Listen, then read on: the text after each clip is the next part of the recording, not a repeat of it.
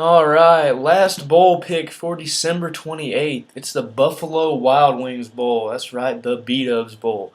Between two teams heading in completely different directions as the year's gone on. Michigan and Kansas State. Both teams went 7-5 overall. Both teams had major good moments on the year, and both teams had kind of bad moments on the year. This is one of the most interesting games to cover, honestly. Well, let's just get right into it. I'm going to talk about Michigan first, playing in the Legends division of the Big Ten. Sky was the limit for this team this year. Devin Gardner looked really good late last year. Um, they obviously lost the Outback Bowl to South Carolina last year. Everybody remembers that hit from Jadeveon Clowney in it. I think it still hurts for me. I don't know about the dude that got hit. It hurts to watch, but I don't know. Gardner played really good in that, and they really thought the sky was the limit this year in the Big Ten, but they didn't really live up to it. In their first 5 weeks, they played Central Michigan, an easy win. They survived a game against Notre Dame, 41-30, that really got people hyped up because Notre Dame was 14th in the nation at the time. People really thought that Michigan was legit at that point. But then the very next 2 weeks, they almost lost to Akron and Connecticut. They won both games by 4 points or less. It was really surprising. The team out of nowhere looked really out of sync. They had huge offensive issues. And I don't know. It was really scary, but people thought they were okay because they survived it. And they kind of made everybody forget about it by following it up with a 42-13 domination of Minnesota, who was struggling at the time and ended up playing really good up until their bowl game lost today. Shout out to Syracuse for beating them. I picked that one wrong. But after that, they played Penn State at Penn State in one of the classics of the year, a 4 overtime game. Penn State actually outlasted them 43-40 in a great game. And then the very next week, they played in a shootout. Gallen had, I don't even know how many yards receiving. It was ridiculous.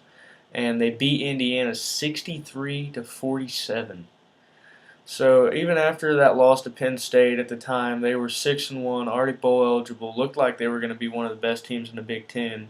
And they had a game at Michigan State, a rivalry game that they were really hoping to win. But Michigan State, being as good as they were, they shut Michigan down.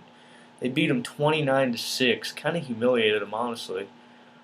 And it really kind of set the tone for the rest of Michigan's season.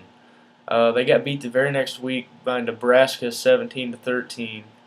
And then they were able to beat Northwestern in a triple overtime game 27-19 before losing at Iowa 24-21, kind of a letdown. And then probably the biggest heartbreaker in Michigan's recent history, a 42-41 loss to then number 3 Ohio State at home on Senior Day, because they went for a 2-point conversion with Devin Gardner and didn't get it. It was rough. The bad thing about that game for Michigan fans is that Gardner actually got hurt in it, and he is not playing in this bowl game. They're going to be using Shane Morris as their starter. He's a left-handed freshman, I believe. I don't know. It's really hard to get a read on this guy because he only threw 9 passes. He was 5 for 9 for 65 yards on the season. Nobody expected this dude to have to play. He was obviously recruited to play at some point to be the quarterback of this team, but he's getting thrown in really early. They went 7-5, 3-5 overall in Big Ten, if I had mentioned that. And they were 43rd in the nation with 252 yards a game passing on the year, but it's hard to know what's going to happen now because they've got a completely different quarterback. They only ran for 130 yards a game. That's 101st on the nation. That's just horrible. They scored 33 points a game, which is 37th, but they also gave up 26. The good thing about this team is that outside of their 29-6 letdown against Michigan State, they were in every game, even the ones they lost. Every other game was within 1 possession, and actually their biggest loss of the year outside of that game was 4 points. They lost 4 games out of their last 5 by 4 points or less. So they've shown that they can play to the buzzer and play really good. They've been a smidge off in these games. There's always that thing late. People always talk about something happens late that changes the game around, and it just hasn't worked for Michigan this year. They're playing Kansas State. And these guys started the year off on a horrible note. They were playing FCS North Dakota State, one of the best FCS schools, a power program if there ever was one there. But you still had to think K-State was going to win and win probably decently handily. But North Dakota State actually upset them 24-21 to start the year. They started out 0-1 with a loss to an FCS school, and they were able to beat Louisiana Lafayette and Massachusetts the next 2 weeks to go 2-1. But then they lost 3 straight games to Texas, Oklahoma State, and Baylor, who were all really good teams this year. But that left them 2-4 midway through the season, not looking good. I mean, something was just off with them early on, but they kind of found some chemistry as the year went on, and they were actually able to win 5 of their last 6 games against West Virginia, Iowa State, a good Texas Tech team, TCU, and Kansas. Their only loss late in the year was their next to last game, their last home game against Oklahoma, who's 20th in the nation. They lost 41-31 to them, and that left them 7-5 on the year and 5-4 in the Big 12. They've had times where they've struggled on offense.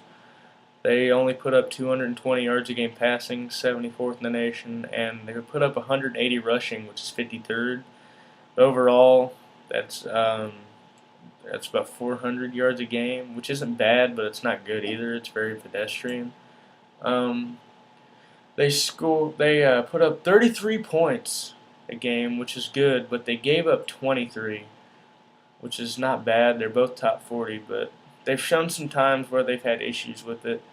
Their biggest loss on the entire year was only 10 points.